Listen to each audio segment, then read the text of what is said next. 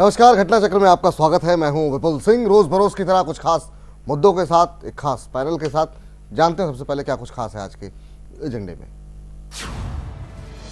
बेमौसम बारिश से बर्बाद हुई फसलों पर राहुल गांधी का प्रधानमंत्री पर वार। कहा यह है सूट बूट वालों की सरकार। बीजेपी ने भी किया पलटवार और जबरदस्त हंगामे के बीच संसद के पटल पर रखा गया भूमि अधिग्रहण अध्यादेश, लेकिन राज्यसभा में होगा मुश्किल का सामना। चलिए, तमाम खास मेहमान हमारे साथ जुड़ चुके हैं, उनसे आपको रूबरू कराएं। जरा उससे पहले जरा छुट्टी से आने के बाद जिस आक्रामक अंदाज में अब नजर आ रहे हैं राहुल गांधी, उन्होंने क्या कुछ कहा संसद के अंदर, किस तरीके से बीजेपी को निशाने पर लिया, सबसे पहले नजर उनके कुछ बयानों। 60% जनता एग्रीकल्चर पे डिपेंडेंट है। किसान मजदूर 67, आप मुझसे अच्छा जानते हैं 67,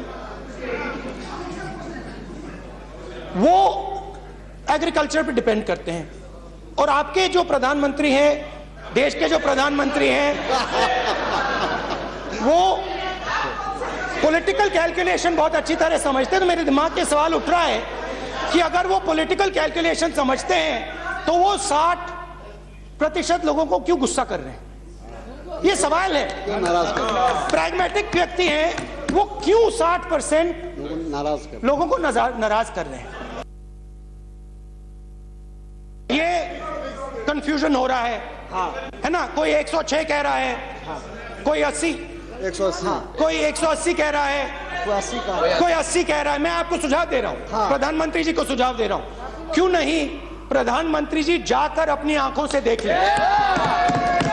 क्यों नहीं वो जाकर जहां लोगों के दिल में दर्द है, जहां उनको मुश्किल हो रही है, क्यों नहीं वो जाकर वहां उनसे बात कर लें?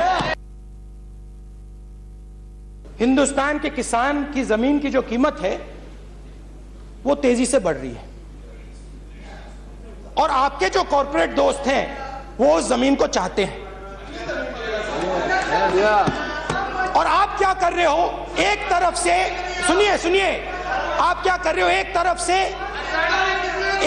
से किसान को, मजदूर को आप कमजोर कर रहे हो, और उसके बाद जब वो कमजोर होगा, जब वो खड़ा नहीं होगा अपने पैरों पे, फिर आप उसको अपने ऑर्डिनेंस की कुल्हाड़ी मारोगे।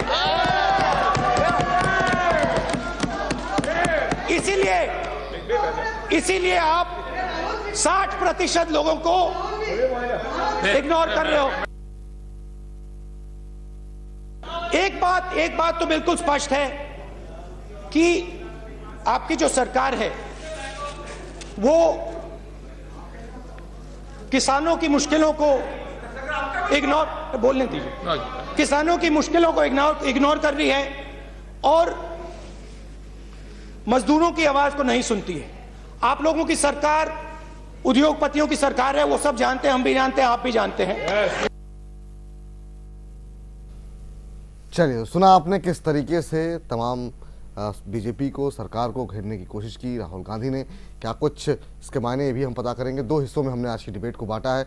दूसरे हिस्से में हम बातचीत करेंगे कि भूमि अधिग्रहण जो कानून है वो पास होना किस तरीके से पास होगा। राज्यसभा में नंबर्स है नहीं, लेकिन सबसे पहले बात आज के पहले एजेंडे की, जिस तरीके से घेरा गया बीजेपी को। तमाम खास मेहमान हमारे साथ जुड़ चुके हैं। हरिकेश बहादुर जी हैं हमारे साथ, वरिष्ठ नेता हैं, नेता कांग्रेस पार्टी के। हमारे साथ सुनीत चोपड़ा जी हैं, नेता सीपीएम के, बहुत बहुत स्वागत है आपका। आनंद साहू जी हमारे साथ जुड़ चुके हैं, नेता भारतीय जनता पार्टी के। उपेंद्र प्रसाद जी हमारे साथ जुड़ चुके हैं, वरिष्ठ पत्रकार। आप सभी का बहुत बहुत स्वागत है। पहला सवाल उपेंद्र जी आपसे, 56 दिनों की छुट्टी के बाद जो वापसी हुई है, पहले रैली के दौरान और आज संसद में जिस तरीके से आक्रामक मुद्रा में नजर आए हैं राहुल गांधी, आप कैसे देख रहे हैं उनके तेवरों को? क्या कुछ बदलाव लग रहा है? इस छुट्टी का असर लग रहा है? कुछ ताजगी लग रही है? लोकसभा चुनाव के दौरान भी वो इसी लहजे में बात करते थे, तो उसमें जो लहजा इनका है कोई बदला नहीं है। क्योंकि उस समय मैं कहा करता था कि विपक्षी नेता के रूप में एक अच्छे वक्ता साबित होंगे, क्योंकि जब ये सत्ता में थे, जब इनकी पार्टी सत्ता में थी, मनमोहन सिंह सरकार थी इस समय, उस समय भी कुछ ऐसा पोज करना चाहते थे कि हम कोई विपक्षी आदमी हो, व्यवस्था का भाग होते हुए भी अपने को दिखलाना चाहते थे कि हम व्यवस्था के बाहर हैं। तो उस समय ही विपक्षी नेता के लहजे में बोल रहे थे, जिसको लोगों ने पसंद नहीं किया। क्योंकि अगर आप सत्ता में है तो आप सत्ता में, आप सत्ता में रहकर कैसे आप व्यवस्था के खिलाफ बोल सकते हैं कि ये गड़बड़ है, वो गड़बड़ है, हमें ये ठीक करना है, हमें वो ठीक करना है, ये करना है, वो करना है। 10 साल से आपकी सत्ता थी और आप बोल रहे थे। तो विपक्षी लहजा इन्होंने सीख लिया था सत्ता में रहते हुए भी। तो लहजा तो आज भी वही है, लेकिन हाँ कंटेंट है, कंटेंट थोड़ा समृद्ध हुआ है, ये आप कह सकते हैं कि जब आए हैं। तो अब आगे किस तरह से क्या करेंगे वो डिपेंड करेगा कि इनका कंटेंट क्या रहेगा। जैसे इन्होंने किसानों के मुद्दे को उठाया, सरकार पर सीधा आरोप लगाया कि उद्योगपतियों की सरकार है, पूंजीपतियों की सरकार है, तो इसी तरह का आरोप ये अपनी सरकार पर भी लगा सकते थे जी। क्योंकि इनकी सरकार जो थी इससे कोई डिफरेंट सरकार नहीं थी। अभी ये कह रहे हैं भूमि अधिग्रहण कानून के खिलाफ बोल रहे हैं, उस समय सेज के नाम पर हजारों हजार हेक्टेयर जमीन जो ली गई उसका हिसाब क्यों नहीं मांग रहे हैं? नरेंद्र मोदी सरकार से हिसाब मांगे कि पिछले 10 साल में जो सेज के नाम पर हजारों एकड़ जमीन ली गई, हेक्टेयर जमीन ली गई है, और इसमें पुराने प्रोविजन के तहत अगर 5 साल तक इस्तेमाल नहीं किया है तो वो वापस हो जाए, तो सीधे मांग करें कि सेज के समय जो ली गई थी जमीन 5 साल पूरा हो गया, उसका जमीन का कुछ इस्तेमाल नहीं हुआ है, इस्तेमाल होना भी शुरू नहीं हुआ है, उस पर कुछ कंस्ट्रक्शन नहीं हुआ, किसानों को वापस किया जाए। तो सीधे सीधे मुद्दे की अगर बात करें तो अच्छी बात है। सीधे पॉइंटेड क्वेश्चन करें कि जिन उद्योगपतियों ने सेज के नाम पर हजारों एकड़ या लाख एकड़ से भी ज्यादा जमीन ले रखी है और जमीन वैसे ही पड़ी हुई है, उस जमीन को किसानों को वापस कर दो। तो सीधे सीधे नहीं कर रहे हो, निर्गुण। जब आप सगुन हमला करेंगे तब तो कुछ बात बनेगी, लेकिन फिर भी ठीक है, कंटेंट उनका बेहतर हुआ है।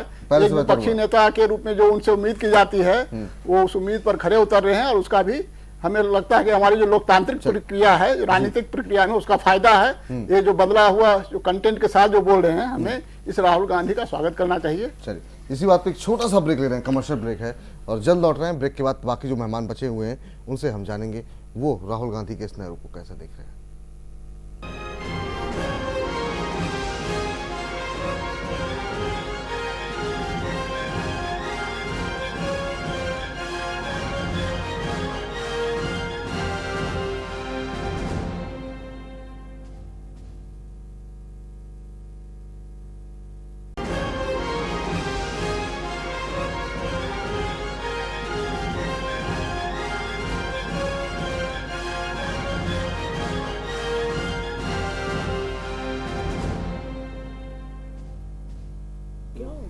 घटना चक्र में ब्रेक के बाद आपका स्वागत है। तमाम खास मेहमान हमारे साथ बने हुए हैं। हम बात कर रहे हैं राहुल गांधी की। राहुल गांधी आक्रामक अंदाज में नजर आया, संसद में सरकार को घेरने की उन्होंने जो कोशिश की, इसी पर हम बातचीत कर रहे हैं। सुनील चोपड़ा साहब, आपसे जानना चाहेंगे, आप कैसे देख रहे हैं इसे? राहुल वापसी कहेंगे या पहले से बेहतर दिखाई दे रहे हैं?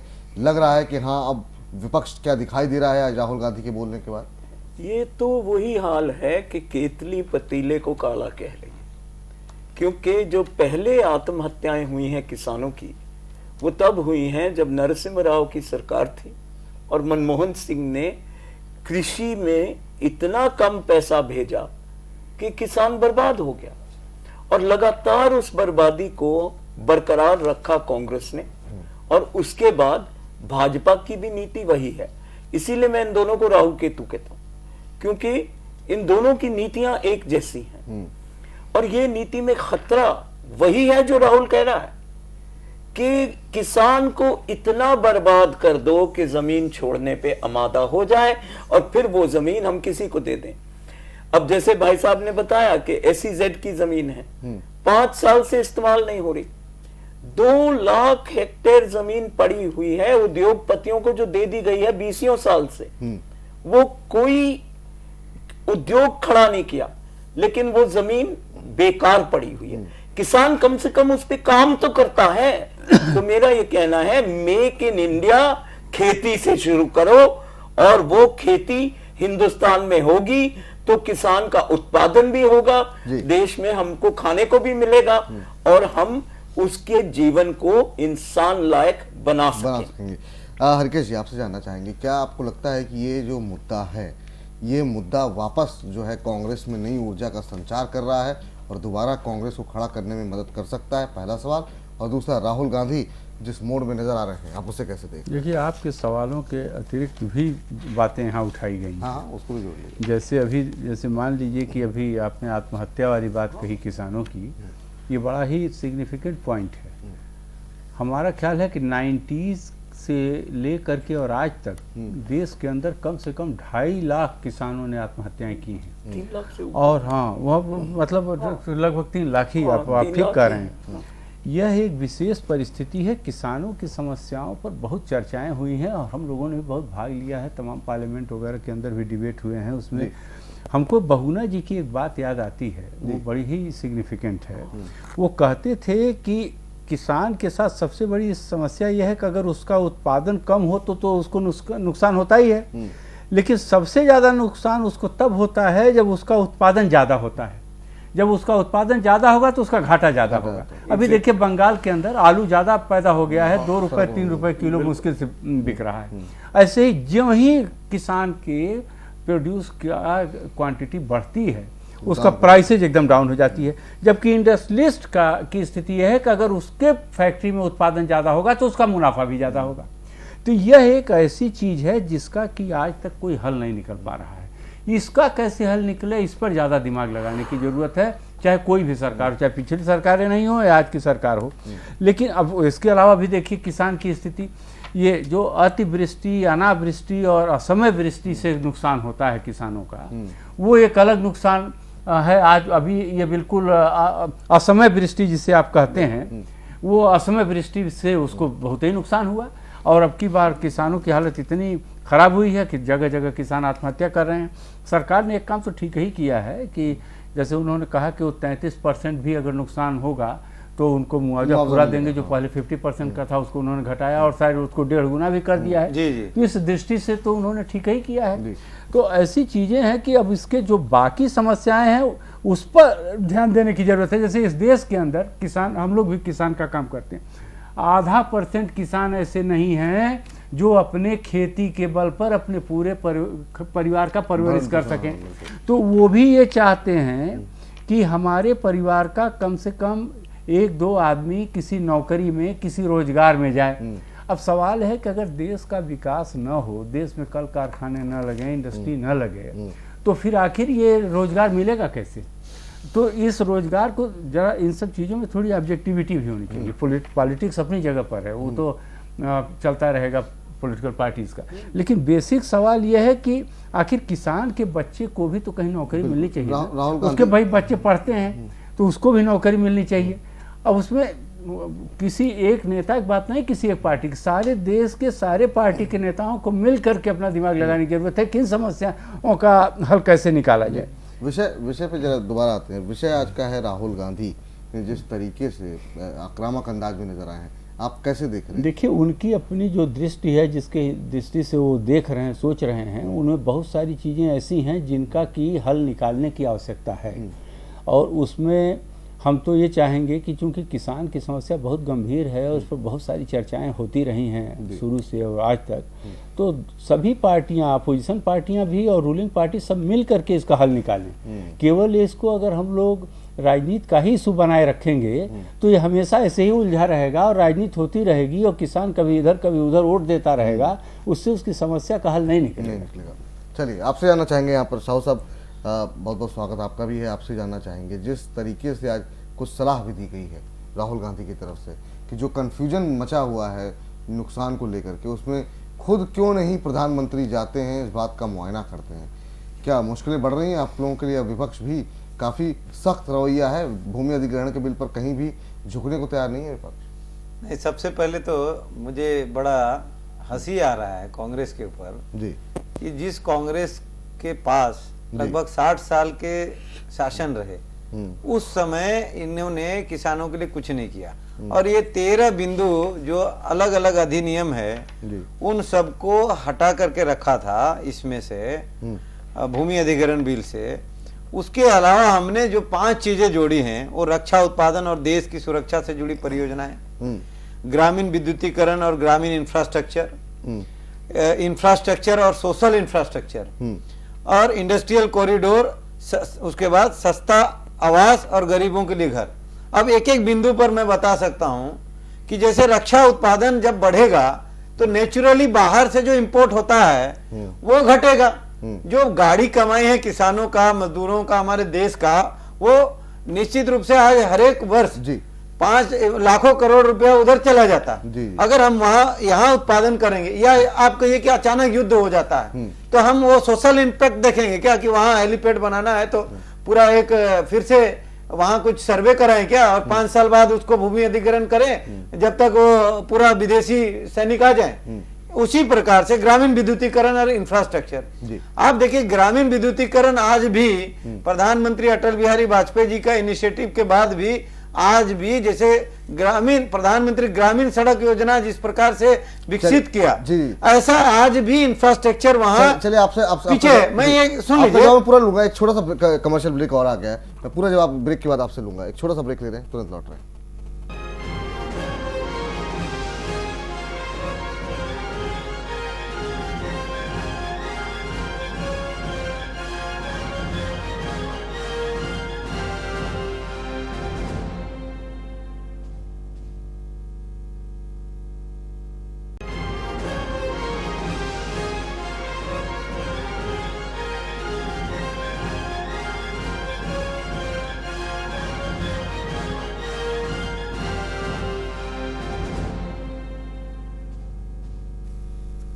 घटना चक्र ब्रेक के बाद आपका स्वागत है। तमाम खास मेहमान हमारे साथ बने हुए हैं। ब्रेक के पहले हम बात कर रहे थे आनंद साहू जी से। जी साहू जी, अपनी बात भी आप कंप्लीट कीजिए। और जी जो मेरा सवाल मैं एक बार आपको फिर से बता दूं कि क्या मुश्किलें बीजेपी के लिए बढ़ने वाली हैं, क्योंकि जमीन अधिग्रहण कानून के रूप में क्या आपको लग रहा है कि अब विपक्ष के हाथ एक ऐसा मुद्दा लगा है जिससे आपके लिए काफी मुश्किलें खड़ी हो रही हैं? देखिए विपुल जी, हमारे लिए कोई परेशानी नहीं, हमारा एक मकसद है कि किसानों को देना। जैसे आप सोचिए कि ये जो हम लोगों ने अध्यादेश लाया, क्यों लाया कि 31 दिसंबर 2014 तक था इसका जो है वैलिडिटी बिल का। अगर हम ये अध्यादेश नहीं लाते, जो 4 गुना जो इनको मिलना है मुआवजा वो रुक जाता। तो इसके कारण ये अध्यादेश भी लाया गया। अब अगर ये लोग फिर से रोकेंगे और किसानों को नहीं देंगे जो मुआवजा मिलना है, उनको रोजगार, आपको पता नहीं होगा शायद कि जो अगर रोजगार अगर नहीं मिला किसी को, मान लीजिए कि एकदम वो रोजगार करने की लायक ही नहीं है, विकलांग है कोई, तो उसको कैसे ट्रीट करना है? उसको मिनिमम कम से कम 2000 रुपया प्रति माह, और जब तक उसका अगर आवास नहीं मिल रहा है तो 3000 अलग से उनको मैंने विस्थापन का अलग से एक खर्चे के लिए दिया जाएगा। इस प्रकार से अलग अलग, जैसे अगर आप देखिएगा कि पिछले केवल सड़क और बिजली मंत्रालय के माध्यम से 2000 करोड़ रुपया अभी का अभी किसानों को दिया गया। ये अधिग्रहण जो हमारे अध्यादेश आने के बाद 2000 करोड़ किसानों को दिया गया, जिसके पैसे बिल्कुल नहीं मिलते थे।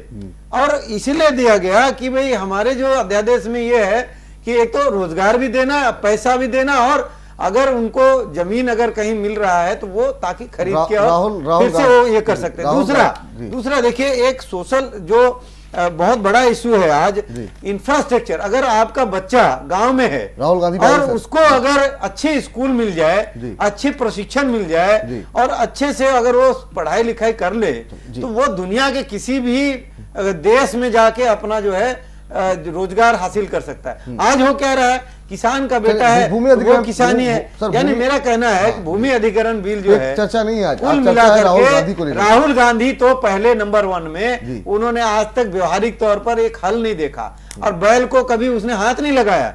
वो क्या जाने किसानों का हाल, वो तो बिलायती जो क्या बोलते हैं बाबू है, और वो अचानक अभी आया कहां से, तो थाईलैंड की कहां पता नहीं कहां से, और वो हमारे प्रधानमंत्री जो गरीब आदमी के बीच में से निकल के यहां तक आया है, उसके सूट बूट पे, अरे भाई प्रधानमंत्री हैं, विदेश जाएंगे तो देश का मर्यादा होता है, तो सूट बूट पहनेंगे। तो वो ऐसी छोटी छोटी बचकानी बातें करके अपनी जो है वो अपना जो है व्यवहार उन्होंने प्रदर्शित कर दिया है कि उनकी मनस्थिति क्या है। आज राहुल गांधी ने पूछा एक सवाल, और ये सवाल पूछा कि समझ में नहीं आ रहा है राजनीतिक समझ को क्या हो गया है प्रधानमंत्री की, कि वो 60% जनता को आखिर में नाराज क्यों कर रहे हैं। सवाल महत्वपूर्ण है। और दूसरा, बिल्कुल नहीं कर रहे जनता किसान के पास जाकर के नुकसान कितना हुआ इसका सही आंकड़ा प्रधानमंत्री खुद क्यों नहीं जायजा लेते हैं इस बात का? मैं एक बात बताना चाहता हूँ, हमारे कई मंत्री, सुनिए, कई मंत्री हमारे गए और सुनिए, पहली बार, जबकि अगर 33% भी अगर डैमेज हो गया है तो उसको मुआवजा दिया जाएगा। दूसरी, 1.5 गुना दिया जाएगा जो पहले था उससे। मैं तो कहता हूं प्रधानमंत्री जी अगर कब दिया जाएगा? पिछले साल का तो मुआवजा मिला नहीं है। पिछले साल का नहीं मिला। ये देखिए मुझे लगता है कहीं ना कहीं कंफ्यूजन है। ये दिया गया ऑलरेडी, केंद्र सरकार ने रिलीज कर दिया। अब वो पैसा देने का काम राज्य सरकार की होती है। हर एक जगह प्रधानमंत्री जाके पैसा नहीं देंगे। अगर आप देखेंगे तो राज्य सरकार अगर आप देखिए, भारतीय जनता पार्टी इसीलिए कहती है कि राज्यों में हम लोग जब चुनाव में जाते हैं तो हमें वोट नहीं देते, क्योंकि क्षेत्रीय इश्यूज जो है उनको जात पांत धर्म इसमें बांट करके और लोग जो है देश को गड्ढे में डाल रहे हैं। हम लोग ये कह रहे हैं कि आज देश को अगर लाना है आगे, इंफ्रास्ट्रक्चर को आगे बढ़ाना है, और आप देखिए इंटरनल सिक्योरिटी तो मजबूत होगी जब लोगों के हाथ में रोजगार होगा, किसानों के हाथ में एक स्वावलंबन जो है वो बनेगा। चलिए ठीक है। उपेंद्र जी आपसे जानना चाहेंगे क्या, अब इसको दूसरा सवाल जो यहाँ पर आता है वो ये आता है कि जिस तरीके से पिछले 2 दिनों में बोलते हुए नजर आ रहे हैं राहुल गांधी, आपको लगता है कि यहाँ से जो लगातार हार का सामना कांग्रेस को सामना देखने को मिल रहा था, राहुल गांधी के एक्टिव होने के बाद नई ऊर्जा का संचार होगा क्या? कुछ रिवाइवल देखने को मिल सकता है क्या बिहार और यूपी में? आपको लग रहा है कि जब तक अंतरकलह शांत नहीं होगी तब तक कांग्रेस की स्थिति रिकवरी मोड में नहीं आएगी? अभी देखिए कांग्रेस की स्थिति मुझे बहुत अभी खराब लग रही है, और आने वाले दिनों में अच्छी स्थिति होगी इसकी भी संभावना मुझे बहुत कम लग रही है, क्योंकि राहुल गांधी की जो क्षमता है उसको ही मैं संदेह की दृष्टि से देखता हूं। अब इन्होंने जो कुछ भी कहा होगा, 5-6 लोगों ने इनका ट्यूशन किया होगा, बतलाया होगा। सही आनंद जी बोल रहे हैं कि वो बैल पर उन्होंने हाथ तक नहीं रखा होगा। वो भट्टा परसौल गए थे तो वो जो उपलों का जो ढेर होता है उसमें गांव वालों ने आग लगा दी थी, या पुलिस वालों ने आग लगाई होगी, तो वो जले थे, उसका राख बना हुआ था। उसको बोल दिया कि वो तो लोगों को मार करके उसमें फेंक करके जला दिया गया है। मतलब वो नहीं जानते हैं जो ग्रामीण की जो गाँव की जो संस्कृति है, कैसे कैसे वो ढेर रहते हैं, क्या रहते हैं। तो हमें तो उनकी क्षमता पर संदेह शुरू से ही है, और हमें नहीं लगता है कि वो कांग्रेस पार्टी को उस तरह से लीड कर पाएंगे। यह सही है कि कांग्रेस में के लिए अपरिहार्य भले वो हो सकते हैं, लेकिन भारतीय राजनीति के लिए अपरिहार्य वो नहीं है। उनके कारण हो सकता है कांग्रेस नहीं चले, लेकिन देश की राजनीति तो चलेगी। तो ये जो अभी इन्होंने कहा है 2 दिन, आज जो उनका भाषण, पिछला भी भाषण मैंने सुना, आज वक्तव्य भी देखा पार्लियामेंट में, तो इससे नहीं लगता है, कम से कम आपको पूरा सत्र आप देख लीजिए, क्योंकि जब जब क्रूशियल मौका होता है राहुल गांधी वहां से अलग हो जाते हैं। पिछले जब मनमोहन सिंह की सरकार थी, रामदेव का आंदोलन चल रहा था, अन्ना का आंदोलन चल रहा था, वह किसी भी सरकार के लिए, किसी भी नेता के लिए जो राजनीति कर रहा है उसके लिए बहुत चैलेंजिंग टाइम था। और ये सत्तारूढ़ पार्टी के नेता थे, उस समय जो इनको अपना दिखलाना था कि भाई एक संकट का समय है, आंदोलन चल रहा है, कि अपने को युवाओं का नेता बोल रहे हैं, और युवाओं का सबसे बड़ा नेता अन्ना हजारे उभर रहे हैं, तो उस समय बिल्कुल चुप्पी साध गए। अभी भी कुछ दिन पहले आपने देखा चुप्पी साधे थे, एक आगे। तो इस तरह से नहीं होता, छापा में मार राजनीति नहीं चलेगी। ये नहीं कि आप दबे रहे, जैसे शिवाजी हमला करते थे, छिप कर रहते थे, एक हमला किया, तो लोकतंत्र में वैसा नहीं चलता है। लोकतंत्र में आपको कंसिस्टेंसी बनाए रखनी पड़ेगी, और अपने हिसाब से नहीं समय को तय करना पड़ेगा। समय जो जैसा चलेगा, जिस तरह की चुनौतियां आएगी, उसी समय आपको तुरंत उसका जवाब देना पड़ेगा। तो ये राहुल गांधी है जो कि अपने लिए टाइम तैयार करते हैं, और अपने टाइम पर सब कुछ करना चाहते हैं। अपने ही टाइम पर किसी गरीब के घर में चले गए, लेकिन वही गरीब जब इनसे टाइम लेकर मिलना चाहेगा तो उसे नहीं मिलेंगे। तो राजीव गांधी की एक समस्या है कि फॉलो अप नहीं कर पाते हैं। फॉलो अप इसलिए नहीं कर पाते हैं कि सब कुछ चाहते हैं कि हमारी शर्तों पर हो। हम जब मन हुआ तो आपको बुला लेंगे, जब मन हुआ उसके घर चले जाएंगे, जब मन हुआ उसके घर चले जाएंगे। लेकिन जिन लोग के घर गए हैं, 100 लोगों के घर, उसमें कोई एक व्यक्ति इनसे मिलना चाहेगा तो उससे नहीं मिलेंगे। तो इसलिए हमें उनके लिए हुआ भी कुछ नहीं है, वो नहीं, तो कई रिपोर्ट्स हैं हमारे पास। सही बोले, तो हमें नहीं लग रहा है कि बहुत ज्यादा उम्मीद आपको नहीं है इससे। चोपड़ा साहब आपसे जानना चाहेंगे कि ये जो स्थिति कांग्रेस की चुनाव दर चुनाव जो स्थिति बिगड़ती हुई दिखाई दे रही है, क्या राहुल गांधी के जो भी छुट्टी से लौट करके वो आए हैं और जिस अंदाज में बोल रहे हैं, कुछ आपको रिवाइवल के चांस दिखाई दे रहे हैं क्या, या आपको लगता है कि नया नेतृत्व सामने आएगा? बोलने से तो रिवाइवल होगा नहीं। आप ताश के पत्तों को बदलते रहिए, तो ताश के पत्ते तो ताश के पत्ते हैं ना, आप ही बदल रहे हैं जी। मेरी समझ है कि एक तरफ तो ये पार्लियामेंट में ताश के पत्ते बदले जा रहे हैं, दूसरी तरफ जमीन के ऊपर आंदोलन चल रहा है। मेरे पास रोज लगातार न्यूज आ रही है कहां कहां पुलिस ने फायरिंग की है किसानों पे। अभी ये सोनभद्र में 2 बार फायरिंग हो चुकी है जी। तो मेरा ये कहना है कि नीचे से आवाज उठ रही है। और मैं आपको भट्टा पारसौल का भी बताना चाहूंगा क्योंकि हम लोग वहां गए थे जब पुलिस ने इसको घेर रखा था।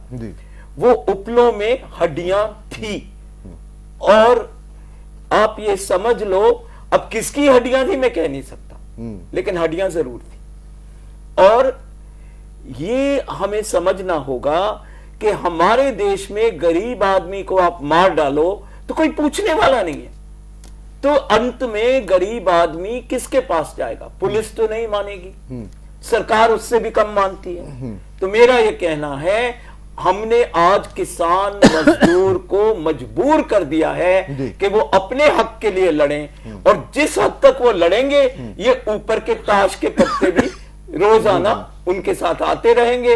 मेरा ये कहना है किसान आंदोलन जरूर होगा, और अगर सरकार चाहती है किसानों का कुछ करना तो ये अध्यादेश मत करे, बल्कि जो उनको पैसा देना चाहिए, पिछले साल का पैसा नहीं मिला, इस साल का पैसा नहीं मिला, वो पैसा दिलवा के रहे तो कोई बात हो। चलिए हरकेश जी, आपसे आखिरी टिप्पणी जानना चाहेंगे, ये जो समय चल रहा है क्या संकेत आपको दिखाई दे रहे हैं? राहुल गांधी में संभावना दिखाई दे रही है आपको भविष्य में, या आपको लगता है तमाम जो गुट बटे हुए हैं, कोई प्रियंका गांधी कह रहा है, कोई सोनिया गांधी कह रहा है, और इस सबके बीच में राहुल गांधी है, क्या यहाँ से रिवाइवल के कुछ चांसेस दिखाई दे रहे हैं आपको? नेतृत्व क्षमता है राहुल गांधी के अंदर?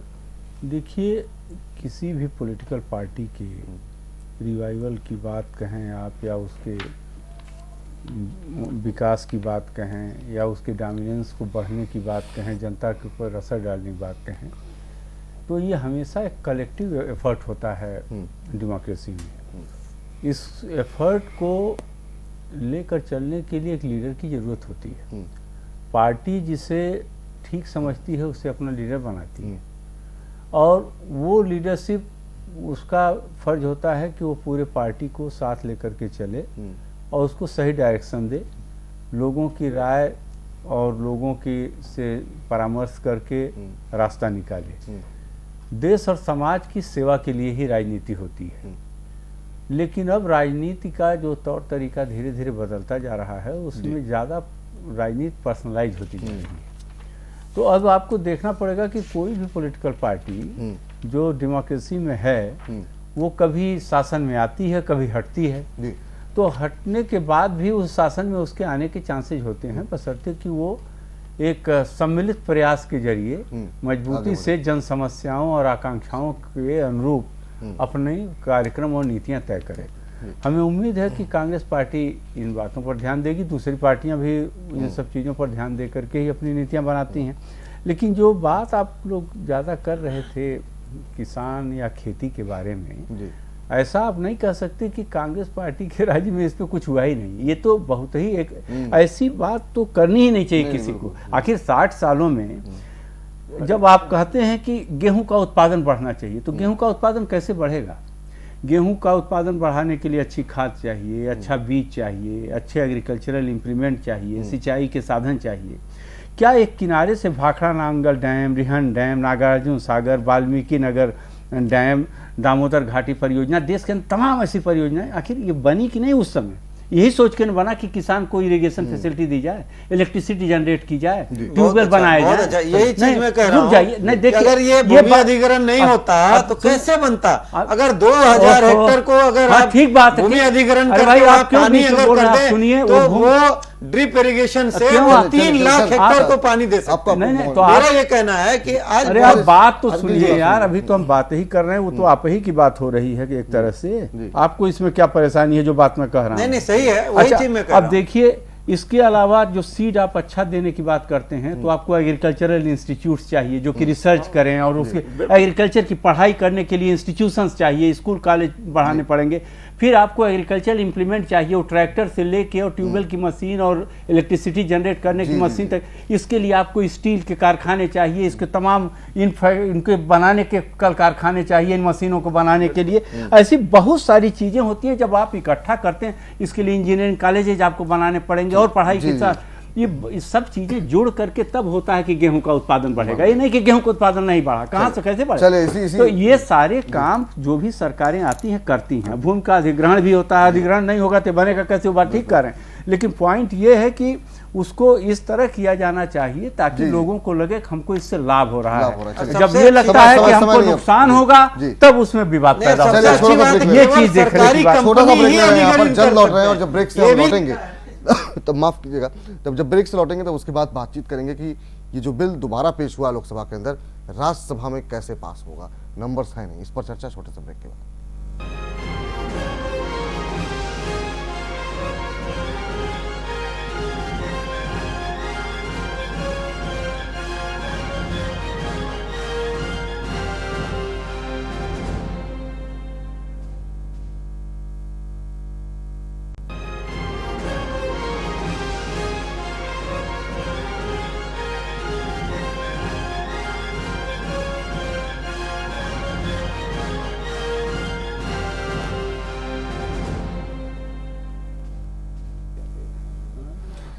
ब्रेक के बाद आपका स्वागत है और अब बात करते हैं आज के दूसरे एजेंडे की। दूसरा एजेंडा ये है कि तमाम हो हंगामे के बीच भूमि अधिग्रहण अध्यादेश एक बार फिर से सदन के अंदर रखा गया और अब देखना इस सवाल यहाँ पे सबसे बड़ा ये है कि आखिर में राज्यसभा के अंदर बिल को कैसे पास कराया जाएगा। इस पर सबसे पहले बातचीत तमाम जो मेहमान हमारे साथ बने हुए हैं उनसे हम बातचीत करेंगे। लेकिन सबसे पहले किसानों से हमने बातचीत की, वो क्या कह रहे हैं इस पूरे मुद्दे पर, कि क्या कुछ उनकी सोच है भूमि अधिग्रहण कानून को लेकर के, वो सुनाते हैं। सबसे बड़ी दिक्कत है कि हमें एक यह डर सता रहा है कि मोदी के राज में हम लोगों की जमीन छीन ली जाएगी और औने पौने दाम पर उद्योगपतियों के हाथों में बेच दी जाएगी। इसका खतरा हम लोगों के ऊपर मंडरा रहा है। जो भूमि बिल यूपीए सरकार का था वो यूपी सरकार का भूमि बिल होना चाहिए और मोदी ने जिन लोगों को पैसे वालों को करना चाहती है सरकार, वो लाजमी टाइम पे बिल्डरों को, अदानी और अंबानी की सरकार है। कांग्रेस पार्टी ने 13 में लाया और उस कमेटी की चेयरमैन थी सुमित्रा महाजन जो अभी हमारी स्पीकर है, और बीजेपी ने 4 अमेंडमेंट दिया। चारों अमेंडमेंट को सुमित्रा महाजन जी ने माना एज उस कमेटी के चेयरमैन के नाते। लेकिन इस बिल को लाने का, बदलने का एक सबसे बड़ा मुद्दा है कि जो चुनाव में पैसा गलत रूप से खर्च किया है मोदी जी, अडानी अंबानी दुनिया से लेकर, उसको जमीन देकर चुकता करना चाहते हैं। राहुल गांधी ने बिल ले आए थे, वो किसानों के हित में था, ये पूंजीपतियों के हित में काम कर रहे हैं। क्योंकि ये जमीन 5 साल के बाद ये वापस नहीं करेंगे। जब ये वापस नहीं करेंगे तो ये पूंजीपति उसके बाद अपने बिल्डिंगें खड़ी कर लेंगे, अपार्टमेंट बना लेंगे। तमाम सियासी प्रतिक्रिया भी आई है। बीजेपी कांग्रेस क्या कह रहे हैं वो सुनिए। We are very clear that the country needs development. ये जो हमने लाया है ये किसानों के लिए है, नहर के लिए है, ग्रामीण सड़क योजना के लिए है, दलितों के छात्रावास के लिए है, विकास के लिए है। और हमने कहा है कि लोगों को नौकरी भी मिलेगी, 4 गुना दाम मिलेगा और एक भी कॉरपोरेट सेक्टर प्राइवेट इनिशिएटिव के लिए पुराने ही कानून में लिया जाएगा। तो ये सारा कुछ तो किसानों के लिए किया जा रहा है। और इसके बावजूद प्रधानमंत्री ने स्वयं मन की बात में कहा है कि अगर कोई और नया सुझाव देगा तो सरकार विचार करने को तैयार है। ये प्रक्रिया है और लोकतांत्रिक प्रक्रिया है जिसमें सदन में बहस होता है, विधेयक पारित होते हैं। और अगर राजनीति का स्थान सदन के बाहर है और वो कर रहे हैं, लेकिन हम आपको दावे के साथ कह रहे थे कि देश के प्रधानमंत्री और अपनी सरकार पूरी तरह से हम संकल्प रखते हैं कि जो किसानों के हित में होगा, देश के हित में होगा, उसे निश्चित रूप से हम आगे लेकर चलेंगे। ये देश के किसान तय करेंगे। देश के किसानों को अब एहसास हुआ है कि किस प्रकार से ये संशोधन कर रहे हैं भूमि अधिग्रहण के कानून पर, और किसान आज समझ रहा है। मोदी जी कुछ भी कहें, किसी को भी पटाना चाहें, किसी को भी गुमराह करना चाहें, किसी को भी बरगलाना चाहें, हमारे देश के किसान समझदार हैं और ये अच्छी तरह समझ गए।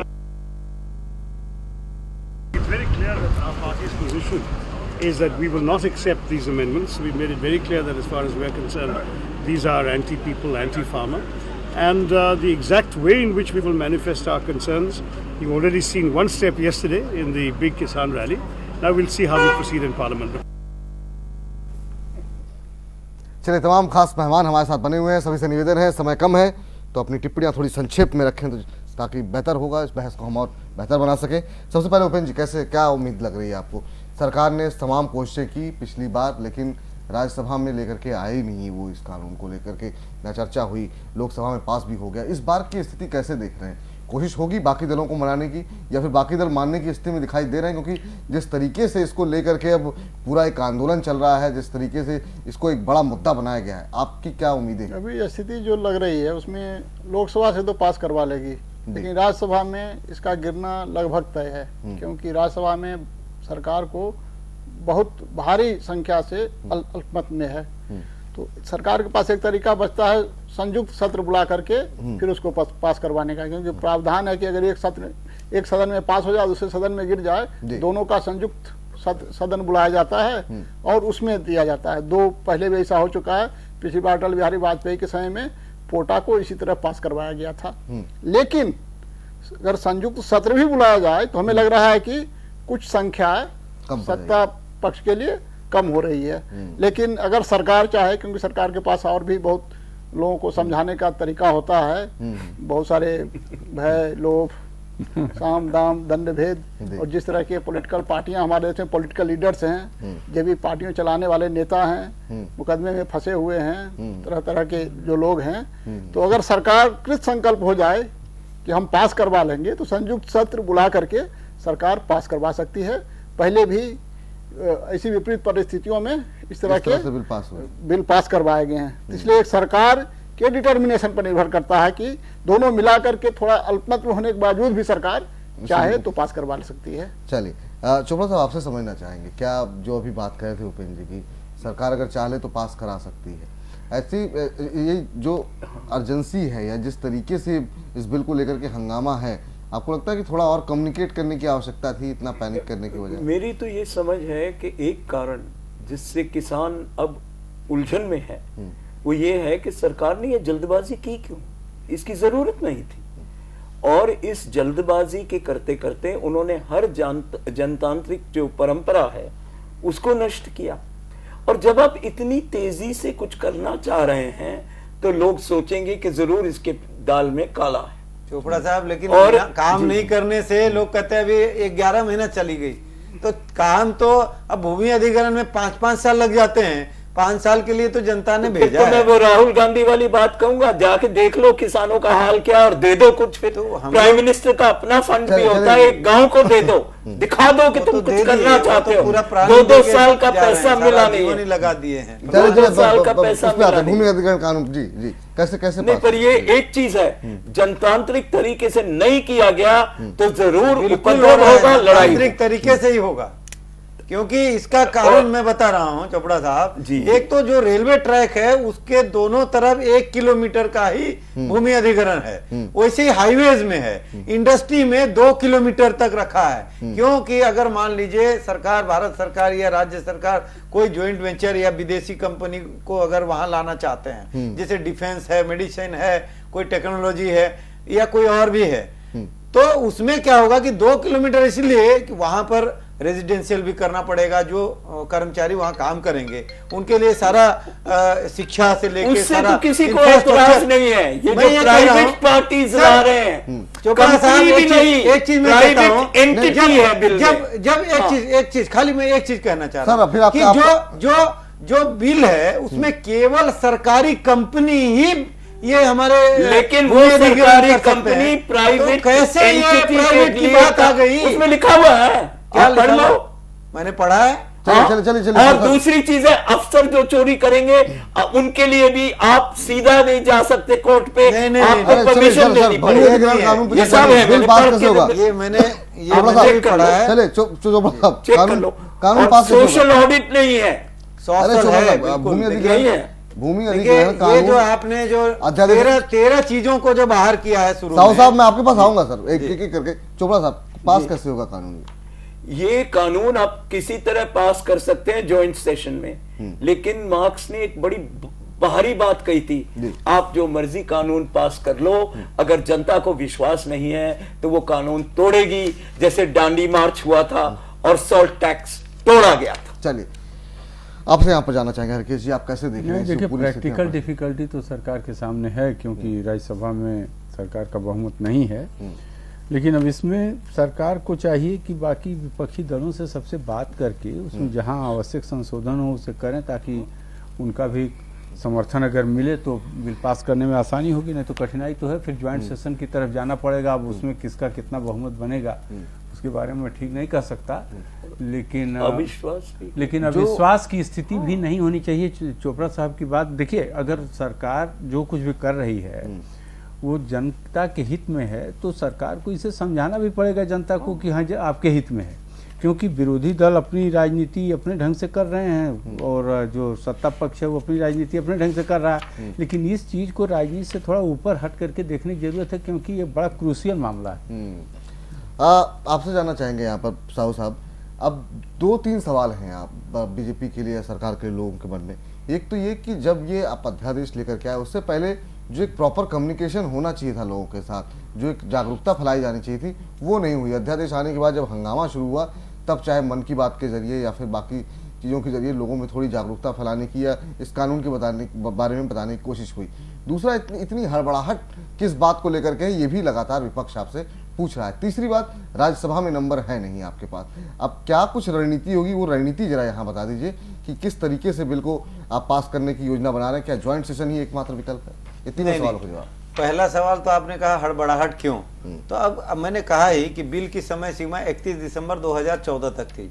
अगर हम वो अध्यादेश नहीं लाते तो ये जो 4 गुना जमीनों का मुआवजा मिलना है वो नहीं मिलता, वो ये बिल्कुल रुक जाता, और इसीलिए ये तुरंत जो है इसको लाया गया था। और दूसरी सबसे बड़ी बात है जो आपने कहा कि अभी ये बिल पारित कैसे होगा, तो आज मैं एक चीज कहना चाहूंगा कि देश की जनता जो है, हमारे जो किसान हैं, गरीब हैं, मजदूर हैं, आप देखिए किसान कहने से ही आधे 26% जो असंगठित मजदूर हैं, यानी करीब करीब 26 करोड़ वो मजदूर वर्ग हैं, किसान हैं, उनको रोजगार नहीं मिलता है। अगर हम ये बात समझा देंगे तो मुझे लगता है जो भी अन्य दल हैं, मुझे लगता है उनका समर्थन मिल जाएगा राज्यसभा में। अगर इसके बाद भी नहीं होगा तो मुझे लगता है निश्चित रूप से एक जिस तरीके का हंगामा देखने को मिल रहा है, देखिए हंगामा तो देखिए, आपको उम्मीद है कि लोग समर्थन करेंगे, कोई भी दल आकर के समर्थन बिल्कुल करेगा? करना पड़ेगा। देखिए देश निश्चित रूप से करना पड़ेगा, क्योंकि मैं ये कह रहा हूँ कि आज